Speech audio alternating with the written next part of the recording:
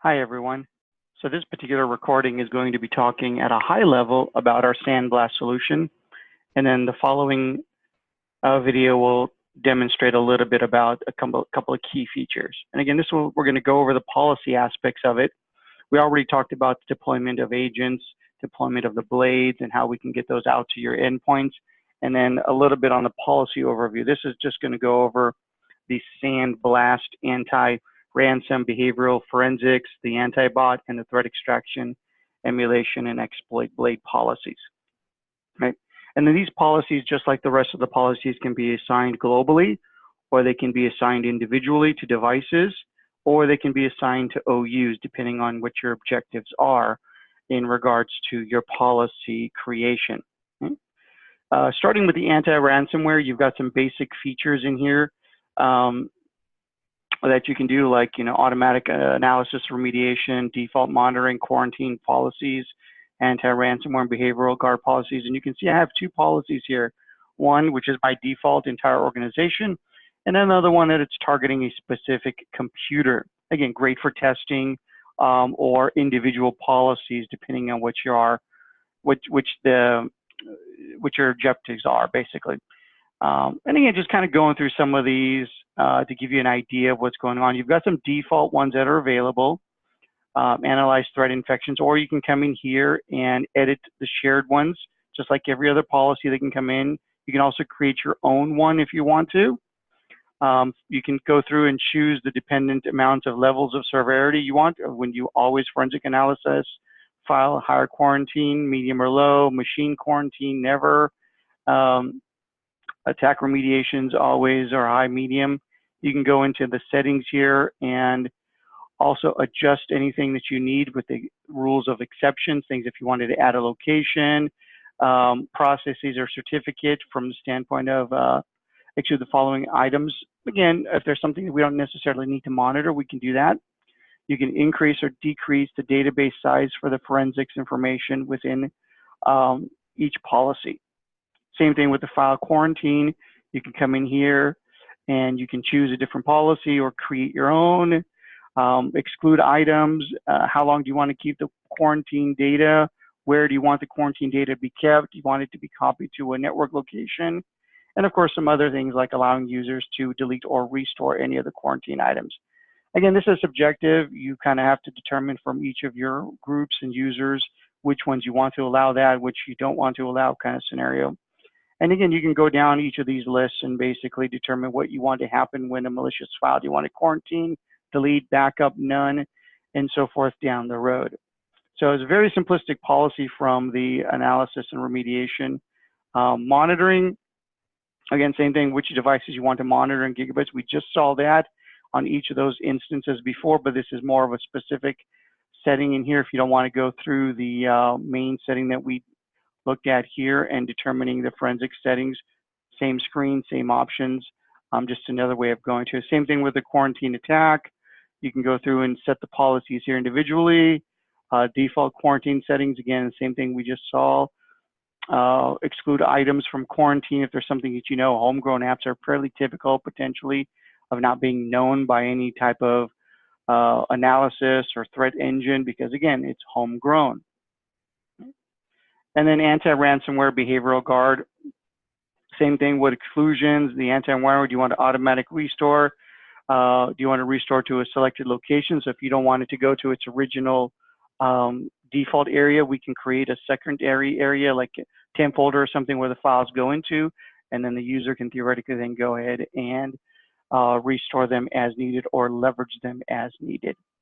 Backup maximum size for the anti-ransomware. So if you're hit by an anti-ransomware attack, we're going to detect that, we're going to stop the processes, and then we're going to automatically trigger a backup of potential files that may have been encrypted, so you have the option to restore.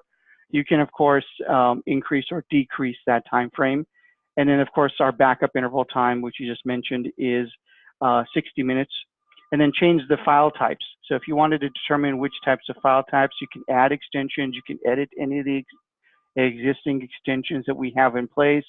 If there's certain file extensions you don't use, you can take them out by using the remove option. So it gives you some flexibility to add some unknown extensions or more relevant extensions to your environment. Okay? So each of these settings are falling under our anti-ransomware behavioral guard. Again, subjective, multiple policies can be added depending on who you're targeting. And the grouping aspect is also unique. Just like firewalls, these work in top down. So where we find a device, we're going to give it that policy. So if there was a group policy above this number 1, and this was number 2, this device was in that other policy, it would get that policy before it hit this one. So you want to kind of put machines, or potentially if you're applying certain users, towards the top from the numerical perspective, and then groups and whatnot towards the bottom. Just like if we don't find you here, we'll hopefully find you in one of the groups, and that's the policy you've kind of are going to inherit. The anti-bot, pretty straightforward there. You can go ahead and do the same thing, choose the level of severity, high or medium confidence in regards to the bots.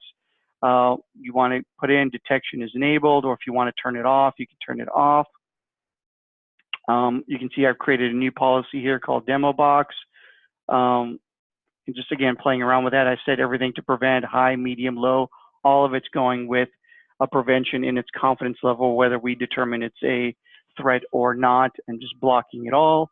And giving me just, some things to test around with, but a higher level of confidence. Even if it's falling underneath a low confidence, I've got to prevent. I can inspect all domains, or if I want to exclude certain domains that I know to be good, I can come in here and again, add a URL, a process, a name, an IP range. I can then go ahead and exclude those from any potential anti-bot functionality that I want to do. So again, it's a great way to whitelist certain things that you know to be safe. And then background protection mode. When the activity happens, are we allowing the threat to be, I guess, checked in the background, or are we going to hold the connection while we do the check, depending on what your severity is? Hold is obviously a little bit more secure, so we don't allow the connection first and then determine that it's bad and then block it.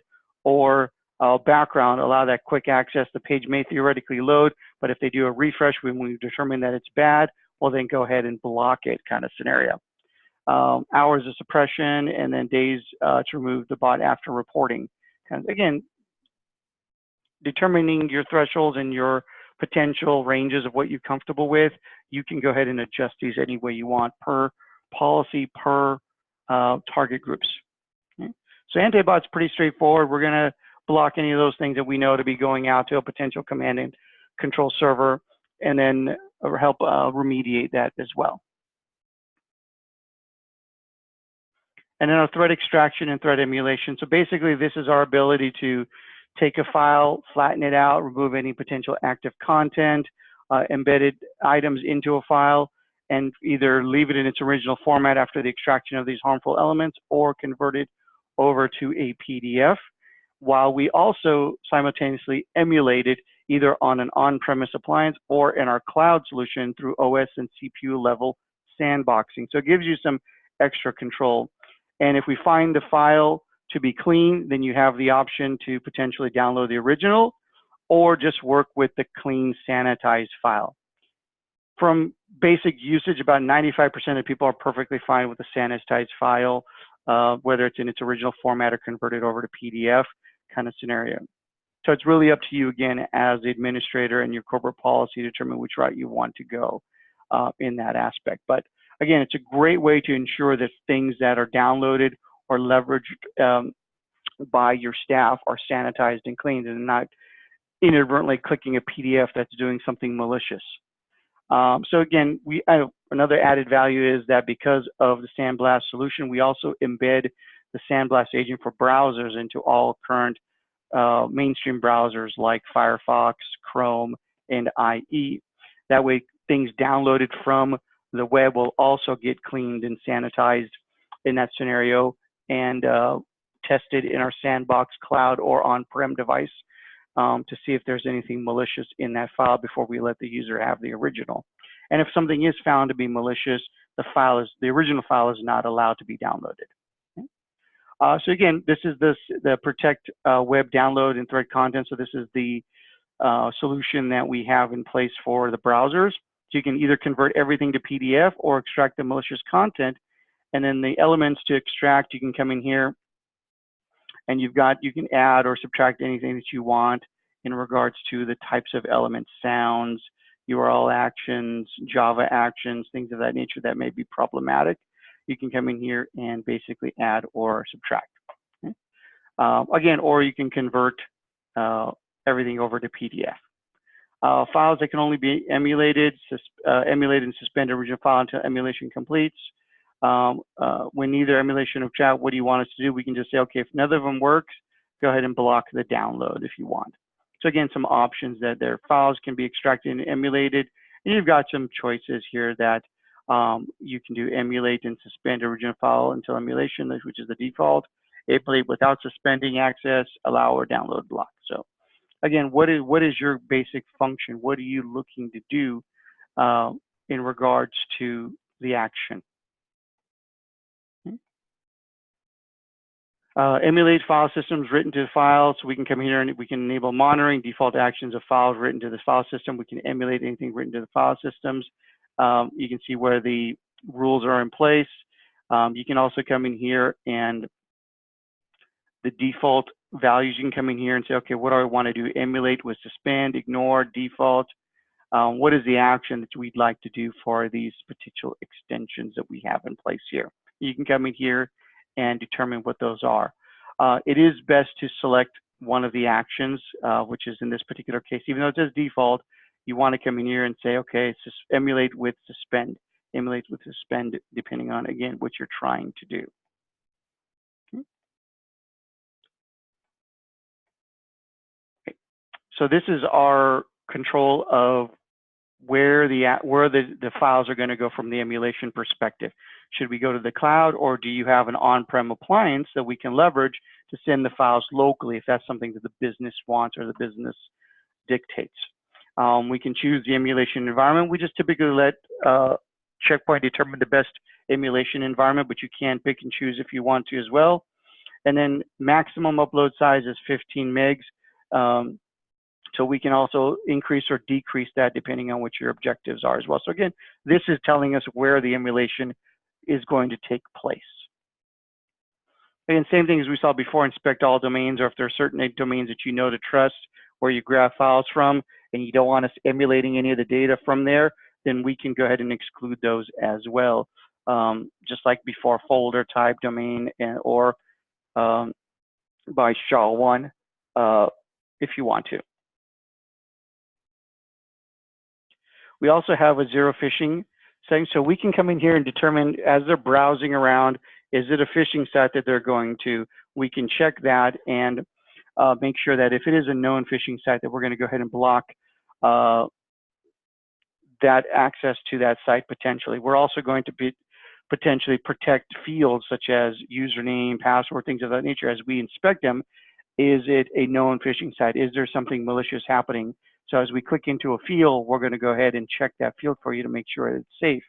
If it is not safe, you will not be able to enter any data into those fields. It will have block access against us.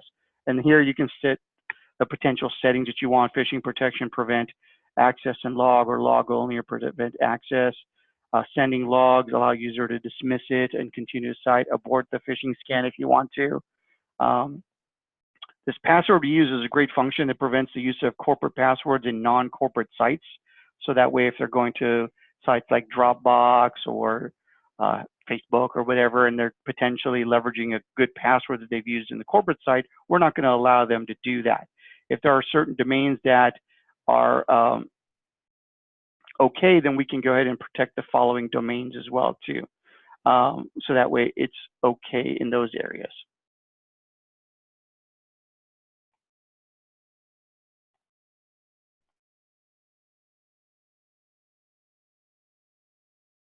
Okay.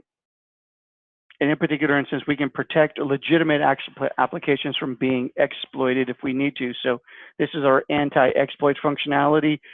Terminate exploited application and log, detect. What do you want us to do if we know for a known application is being exploited? And this could typically be for older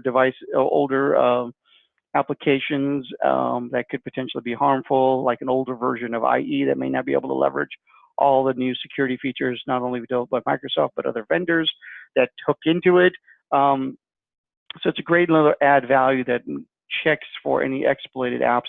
And then if they are, we can go ahead and leverage the anti-exploit functionality to terminate those. And again, you can come in here and add additional paths to the executable, any signers that may be associated with it.